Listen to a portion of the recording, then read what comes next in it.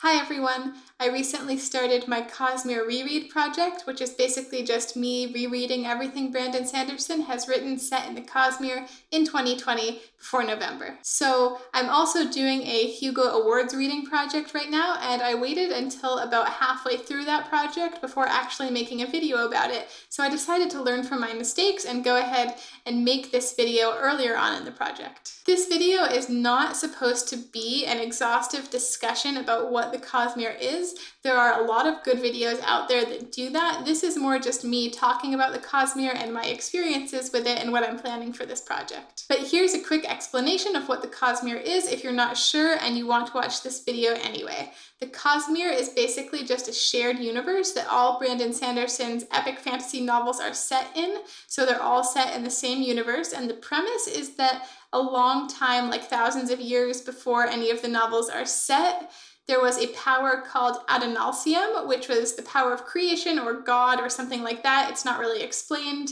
And that power got shattered into shards, and those shards, which embody different attributes, were taken up by 16 different mortals. And those shards, which now had their own godlike powers, went to different worlds, and those were basically the basis of the magic systems that are on all the different worlds. Most of the shards are on their own world from what we can see, but some of them are on worlds together, and sometimes that causes conflict. By the way, you don't need to know any of this to read and appreciate Brandon Sanderson's books. This is kind of like bonus material. Each series or standalone really does work as a self-contained entity, although later books in the Cosmere are intended to sort of bring some of those worlds together, and as far as I know, he's also planning to write some sort of prequel or origin story. But in order to enjoy any series or individual book, you don't need to know any of the stuff that I'm talking about right now. There are characters that can travel between the worlds. That was more of an Easter egg in the earlier books, but it's a little bit more of the plot in the Stormlight Archive series.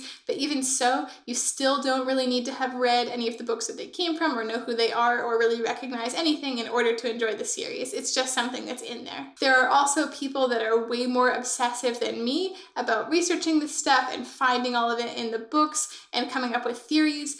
That's not really me either. I am way better at reading about other people's theories and research online than I am at doing it myself. As you may know if you're watching this, the fourth book in the Stormlight Archive, Rhythm of War, is coming out in November, and that's part of the impetus for me to reread all of the books set in the Cosmere before that, because I thought, rather than just reread the first 3 Stormlight Archive books, why not reread all of it? I also have some other reasons I kind of want to reread it, but I'll talk about that more at the end of the video. Because I've been enjoying these books for so many years, I kind of wanted to talk a little bit about my own history with these books and my enjoyment and experiences with them. The first book I ever read by Sanderson was Mistborn, the first book in the Mistborn Trilogy, that is, and I read it, I think, as a sophomore in college when I was on spring break and I was traveling with my parents. And my parents like to do a lot of walking when they're on vacation, so I usually do a lot of sitting and reading. That was 10 years ago now. I really enjoyed Mistborn, and I found it to be a lot different than some of the fantasy I've read before, especially because of the magic system, but I wasn't totally in love with it. I just enjoyed it and I kept reading the trilogy. So if I'm right about my timeline, I started reading Brandon Sanderson in early 2010, which was the same year that Way of Kings released. So at the time, I read the Mistborn Trilogy, I read Elantris, and I read Warbreaker, which were all of the books that he had out at the time. And I don't think I even realized that there was a connection or that there was a character named Hoyd that was showing up in all of those books because it was such a minor character. And I think I probably at some point saw online that all these books were supposed to be connected and in the same universe. In those early days, I think that Warbreaker was actually my favorite out of those books. I'm really not sure if that's going to be true when I reread. I also knew in those early days of reading Sanderson that he was the guy that had been chosen to finish The Wheel of Time, but I had tried and failed to read The Wheel of Time several times as a kid, so that wasn't particularly a draw for me. A few years after that, I actually ended up going to a Brandon Sanderson speaking and signing event. There were a few authors there as well. I cannot remember who, but it was like a panel and then there was a signing afterwards.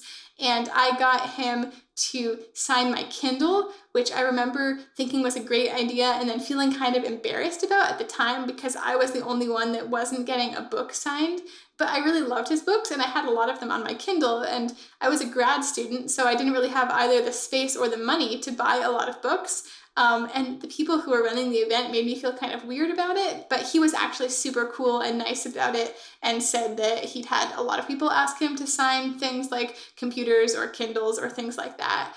But now looking back, I do still have that Kindle in a drawer somewhere, but funny to think, if I had just gotten a nice hardcover edition of Way of Kings and had him sign that, that probably actually would have been a better memento. I think Way of Kings was probably actually the book that made me truly fall in love with his writing. It was so hyped before it released, and there was all this stuff talking about how it was going to be his magnum opus, and I think there was an interview where he said there were going to be 10 different magic systems, which in retrospect, that's probably just referring to the Knights Radiant, but it sounded pretty overwhelming at the time. And honestly, going into it, I was pretty skeptical. I hadn't enjoyed super long fantasy series like Wheel of Time that I never got more than 3 or 4 books into.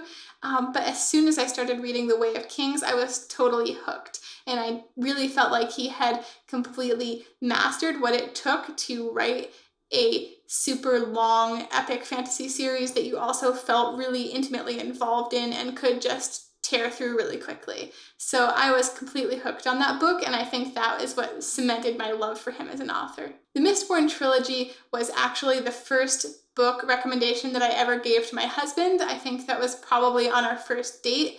And I realized when I was planning to do this video, I just went back in my email because thankfully I apparently don't delete anything, and I found a receipt from that Brandon Sanderson event I went to, and I realized that that event was 2 days after my first date with my husband, and I'm pretty sure I didn't tell him anything about it because I thought at the time that he was definitely one of the cool kids, and I was really scared for him to find out how nerdy I was. So to this day, I don't think that he knows that I went to a Brandon Sanderson signing 2 days after we met. Obviously, everything worked out fine though, and he has now read all of Brandon Sanderson's books as well. And I think he would probably be down to go to a signing. So I've read everything that Sanderson has put out in the last few years, but I haven't reread as much as I used to, and I haven't read most of those earlier Cosmere books, other than the Stormlight Archive, in probably 4 or 5 years now. So part of the reason I want to do this reread, other than that Rhythm of War is coming out,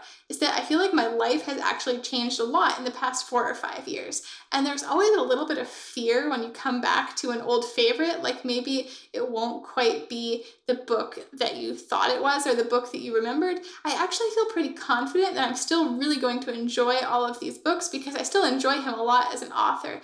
But I want to bring those books out of my past and as something I still currently enjoy reading. And I feel like rereading all of them is the best way to do that and to sort of build a new relationship with them. Some books feel like they belong to a certain part of your life, but I really don't want the Cosmere to be that. I want it to be something I can continue enjoying for as long as he's writing it. Also, I'm such a hipster that I was reading Brandon Sanderson way before it was cool, and if I don't do a big reread, how the heck am I supposed to gloat about that on YouTube? So with the reread, I'm trying to go in Cosmere chronological order, so starting with Elantris, and then going on to Mistborn, and then I think it's Warbreaker and the Stormlight Archive. I haven't really been paying too much attention to the short fiction, but I am planning to read it, and I do have Arcanum Unbounded, which is the collection of all the Cosmere short fiction that he's put out. Other than knowing roughly what order I'm going to go in, I really don't have any kind of schedule for this reread. I really don't have a plan. I'm just kind of going to see what happens. I feel like I haven't even really talked in this video about why I like Brandon Sanderson's writing so much, so I feel like that's something I should probably mention before I wrap up. Just a few of the things that I really enjoy about his style. First of all, the thing he's known for is magic systems. I think that's always going to be a big part of what makes his writing great, is the really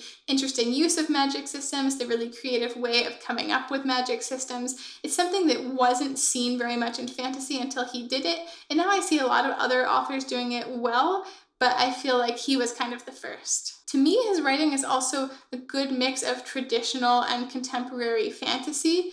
It doesn't really fall into the annoying and more cliche tropes of classic fantasy, but it still kind of evokes them. I think especially in his recent books, his characters have become really, really good. That wasn't something I necessarily thought so much about his earlier books, but especially in the Stormlight Archive, I feel very attached to the characters and care a lot about what happens to them. His writing style itself is very accessible. That can be a pro or a con depending on what kind of writing you like to read, but I think it's something that most people are going to find at least unobjectionable, even if they prefer more flowery writing. And just in his communication with fans, how he updates fans on what he's writing, what he's working on, and also he's really open about his drive to improve his craft and always become a better writer and tell better stories. And I think that's something that's really admirable. I haven't seen very many authors that communicate with their fans in the way that he does. So I think that's really cool as well, and it's something that makes it enjoyable to be a fan of him. So I don't know how much I really went into this as a reading project, but that's a little bit about